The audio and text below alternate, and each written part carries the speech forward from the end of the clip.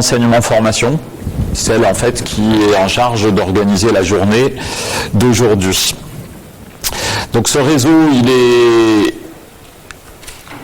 avec des canaux de diffusion très variés, donc des journées, beaucoup de points de rencontre, mais aussi des revues. L'actualité chimique, qui est une revue scientifique qui va parler de l'actualité chimique. Des choses plus tournées vers collège, lycée, l'AC Découverte, qui sont des ressources aussi pédagogiques qu'on retrouve sur le site de la Société chimique de France, et d'autres éléments comme l'élémentarium sur le tableau périodique, etc. Alors je voulais juste faire passer un message sur l'adhésion des jeunes à la Société chimique de France. La Société chimique de France a fait évoluer sa politique dans le courant de l'année. Et maintenant, l'adhésion est gratuite pour les étudiants jusqu'à Bac+5. Donc tout type d'étudiants, que ce soit BTS, IUT, université, classe prépa, école d'ingénieurs, lycée, collège. Toutes les personnes dans un cursus peuvent s'inscrire de façon gratuite à la Société chimique de France et bénéficier de l'ensemble des propositions qui sont faites, dont l'actualité chimique en version électronique et qui peut être du coup téléchargée automatiquement par tout le monde. Donc voilà, je vous invite juste à communiquer cette information aux étudiants que vous rencontrez pour que on puisse partager au mieux ces choses-là. Alors la division enseignement-formation, il y a quelques-uns des membres du bureau qui sont dans la salle et d'autres à distance aujourd'hui. Elle a comme activité principale d'organiser des temps forts, des points de rencontre. Et les deux types de points de rencontre qu'on propose sont les GIREC, les Journées pour l'innovation et la recherche dans l'enseignement de la chimie. Tous les 2 ans, c'est 3 jours, sur un lieu particulier, où on va faire comme aujourd'hui, mais on aura un peu plus de temps d'échange à côté aussi, pour partager de façon informelle le soir, etc. Donc ça, on l'organise tous les 2 ans sur des thèmes très variés. Vous voyez, 2016, c'était chimie et vérité. 2018, chimie et enjeux sociétaux. 2020, c'était prévu début mars, du moins mi-mars, pardon. Et voilà. Et donc, on a repoussé en 2021 et on a repoussé en 2022. Donc, en 2022, normalement, on se retrouvera à Toulouse. Alors, alterner avec ces journées de l'innovation et de la recherche, on va refuser à tout le monde les droits d'annotation.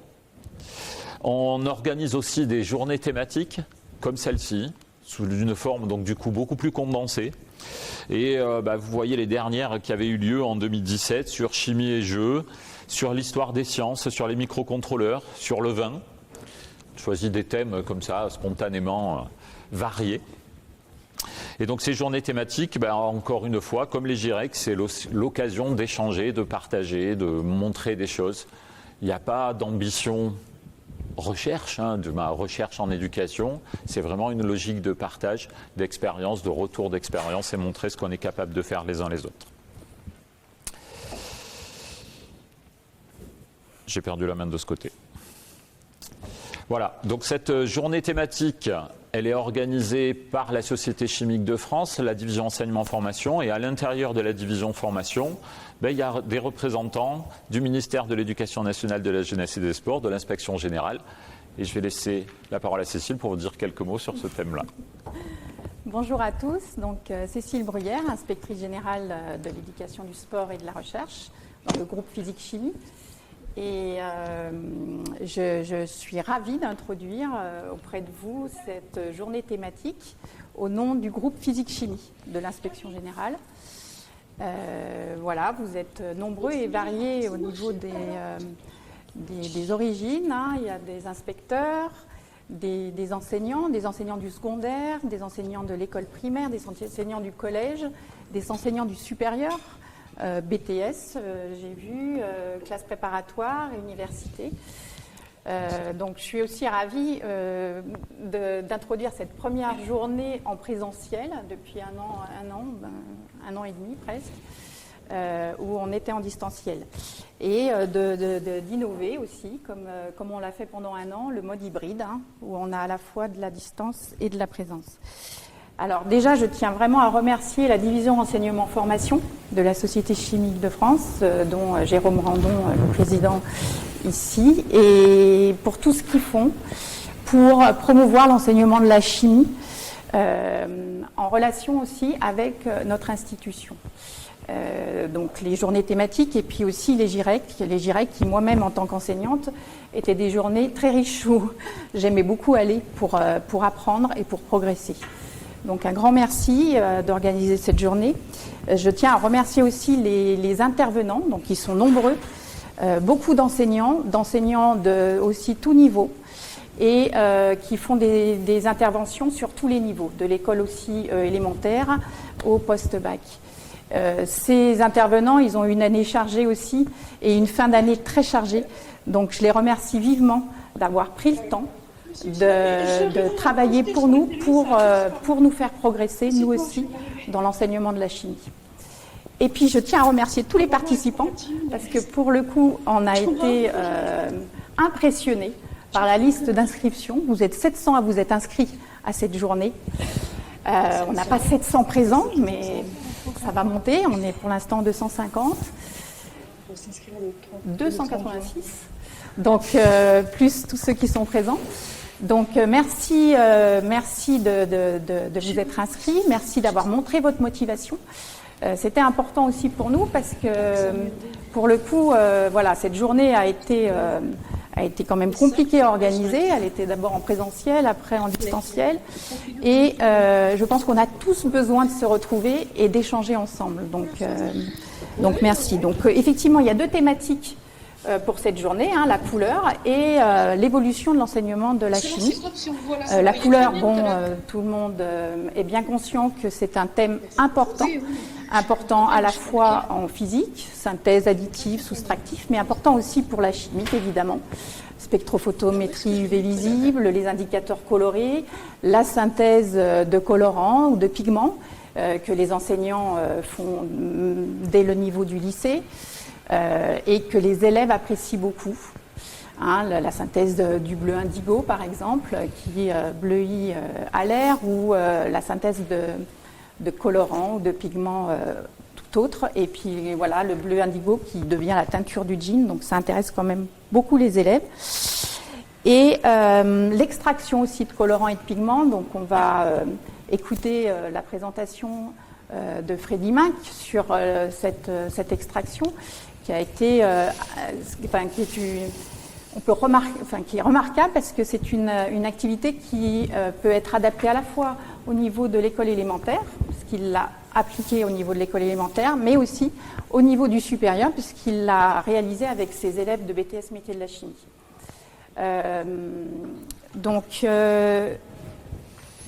Voilà, la couleur c'est omniprésent. C'est vrai qu'en BTS métiers de la chimie, je fais juste une petite aparté parce que j'y ai enseigné et que ça me tient à cœur. Il y a la matière formulation dans laquelle la couleur est omniprésente puisque les élèves formulent de la peinture, des vernis, des colorants.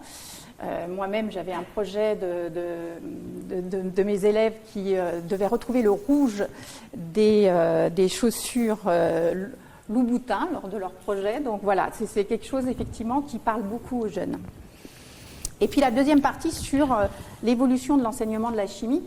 Alors là, on s'est quand même appuyé sur, pour nous, par rapport à l'institution, sur deux gros projets deux gros thèmes qui ont construit toute notre année. C'est la réforme, les réformes. Donc réforme du lycée, mais réforme aussi des CPGE.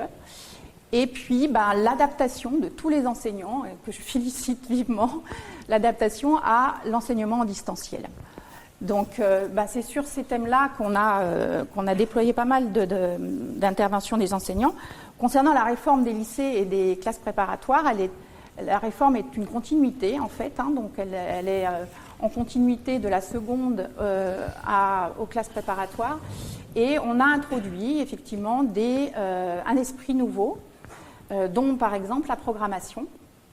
Donc, dans les programmes, à la fois de lycée et de CPGE. C'était déstabilisant pour les enseignants, évidemment. On les a formés. Ils étaient en demande, et ils étaient en demande aussi de comprendre pourquoi. Et donc, on va avoir la joie d'écouter Jean Lamerinx qui va peut-être répondre à la question qu'est-ce qu'apporte la programmation dans l'enseignement de la chimie. Il y a la programmation, il y a aussi les microcontrôleurs qui sont arrivés au niveau du lycée. Ok, je fais plus court alors. Au niveau du lycée et qui du coup aussi est un domaine qui est intéressant, que Jérôme va nous présenter. Et l'évaluation qui est quelque chose sur lequel on travaille beaucoup à l'IGSR et qui est importante parce que en différenciant l'évaluation, on différencie aussi l'évaluation de compétences autres chez les élèves et c'est important. Au niveau de la crise sanitaire, on a beaucoup travaillé sur tout ce qui est enseignement hybride, enseignement asynchrone. Au GRIESP, le thème de cette année, c'était comment enseigner à la maison, comment expérimenter à la maison. Donc il y a des ressources qui vont sortir pour ça. Et là, on va en entendre aussi quelques-uns. Voilà, donc pour conclure, nous espérons que malgré le mode hybride, on pensera aussi à tous ceux qui sont en distanciel, évidemment. Cette journée constituera un moment de rencontre privilégié pour se former, pour partager et pour discuter ensemble d'expériences pédagogiques en chimie. Merci à tous d'être là aujourd'hui et bonne journée à tous.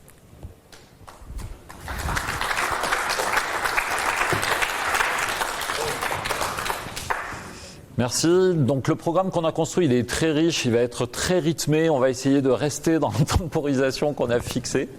Ça va être un vrai challenge. On commence avec 2 minutes, mais bon, c'est bon, on est dans le timing encore pour le moment. Vous avez la possibilité de poser des questions via l'onglet questions-réponses qui est dans WebEx pour les gens qui sont à distance.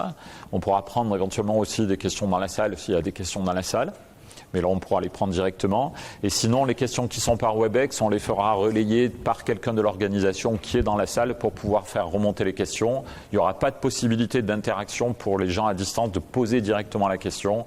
On a limité la communication via cet échange. Éventuellement, il y a des sondages qui peuvent apparaître et puis vous pouvez réagir par des émoticônes. Vous pouvez tweeter si vous voulez aussi. Vous pouvez vous amuser après à faire comme vous voulez. On essaiera de suivre à peu près tous les canaux d'information.